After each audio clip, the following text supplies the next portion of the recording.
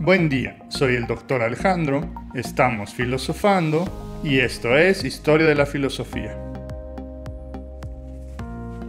¿Por qué Platón escribía en diálogos? En este video vamos a comentar las razones por las cuales Platón usaba este estilo de escritura para transmitir su filosofía. Recordemos que Platón es el discípulo de Sócrates y atestiguó los eventos que lo llevaron a su muerte. Para conservar su memoria, Platón comienza a redactar sus diálogos, donde Sócrates es siempre el personaje principal. En los diálogos, la apología de Sócrates y el Critón, se narra la muerte y el juicio de Sócrates. Sin embargo, lo curioso es que Platón no se va a detener ahí y va a continuar utilizando a Sócrates como personaje de todas sus obras. Se cree que estos primeros diálogos, que corresponden a lo que se llama la etapa de juventud, relatan los sucesos y la filosofía que el mismo Sócrates presentaba.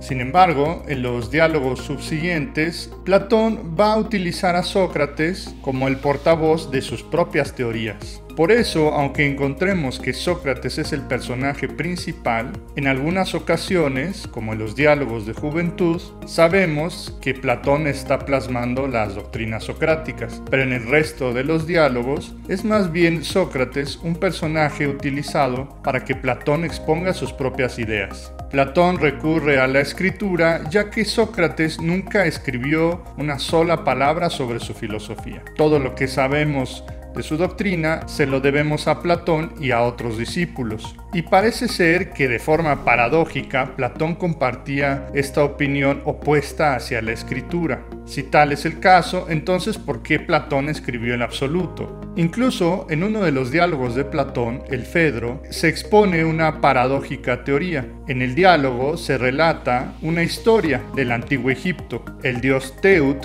le da una ofrenda al faraón, le regala el poder de la escritura con la idea de ayudar a la memoria. El dios Teut pensaba que la escritura ayudaría a los hombres a recordar mejor. Sin embargo, el faraón reconoce que esto es más bien una maldición, ya que al contar con la escritura, los hombres tienen libertad para olvidarse del conocimiento, ya que todo está registrado de forma escrita. Con esto, Platón quiere presentar la importancia de la memoria y del discurso oral sobre el discurso escrito. Todo esto nos parece paradójico si consideramos que Platón fue un prolífico escritor. ¿Cuál es la razón detrás de esto?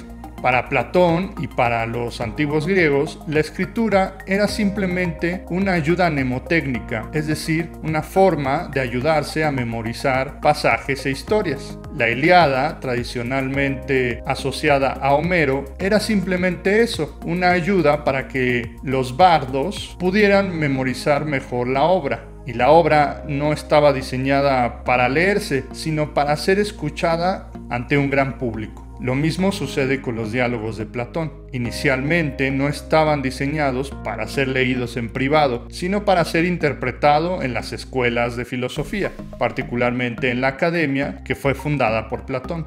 Platón escribe en forma de diálogo, es decir, con dos o más personajes, y esto ayudaba a que los diálogos fueran más fácilmente memorizados e interpretados, y era considerado una forma menor de conocimiento, ya que lo ideal era aprenderlos de memoria y poder recitarlos en cualquier ocasión. Paradójicamente, Platón pasó a la historia como uno de los mejores escritores de todos los tiempos. Los diálogos están escritos de una forma muy bella y amigable, y es una lectura que cualquier persona cultivada, independientemente de si quiere saber filosofía o no, debe de hacer.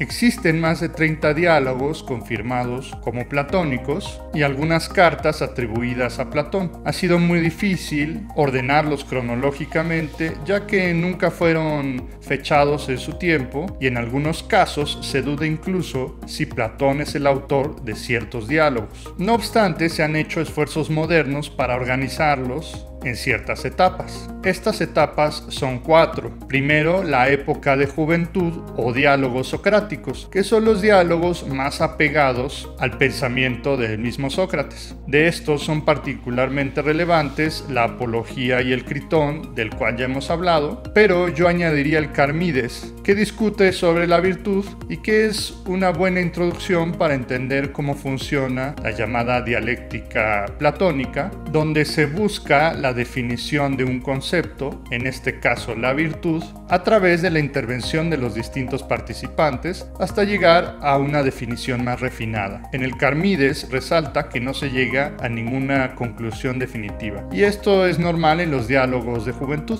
La segunda etapa es llamada época de transición, donde vemos cómo Platón empieza a hacer esfuerzos para presentar una teoría propia. Aquí se ven esbozos de lo que será la teoría de las formas o de las ideas de Platón, así como de sus primeros ensayos políticos. De estos diálogos yo resaltaría 3: Gorgias de la retórica, el Menón, donde se habla de la teoría de la reminiscencia, y el Hipias Mayor, donde se habla de la belleza. El Hipias Mayor es llamado así porque existe otro Hipias, el Menor, y se distinguen porque uno es más corto que el otro, y por eso se llaman Menor y Mayor. En tercer lugar tenemos la época de madurez. De estos diálogos, todos son grandes joyas de la cultura universal, y su lectura es ampliamente recomendable. En estos diálogos encontramos las teorías más célebres, más importantes y más profundas de Platón, y sería considerado como las obras donde se muestra el pensamiento platónico más clásico. Tienen una redacción tan bella que incluso rebasan el ámbito de la filosofía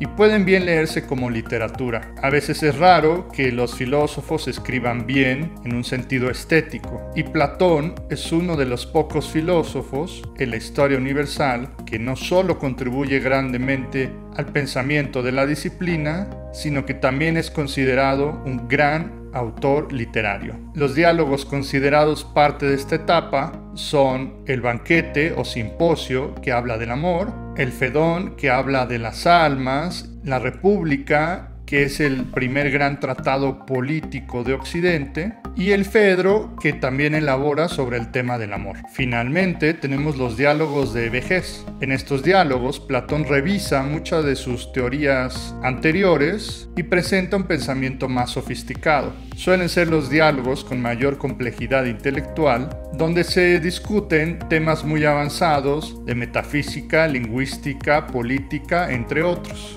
De estos diálogos destaca el Teeto, el Parménides, el Sofista, el Timeo y las Leyes, todas obras de un gran impacto cultural e intelectual en la historia de la filosofía y de Occidente. Les hago pues la invitación de que se acerquen a leer a Platón directamente. Es una experiencia ampliamente enriquecedora y que verdaderamente nutre tanto el intelecto como el alma, ya que no solo nos enseña a cuestionarnos sobre nuestra realidad y sobre nosotros mismos, sino que también están plasmados de una forma lírica y poética de gran alcance. En los próximos videos seguiremos con la exposición del pensamiento de Platón. Muchas gracias por ver este video, y si te gustó dale like, comenta, comparte y suscríbete. Toca la campanita para recibir las notificaciones y visita mi página de Patreon si quieres apoyarme. El vínculo está en la descripción. Si tienes preguntas, escríbela en los comentarios e intentaré responderlas. Nos vemos la próxima semana. Hasta pronto.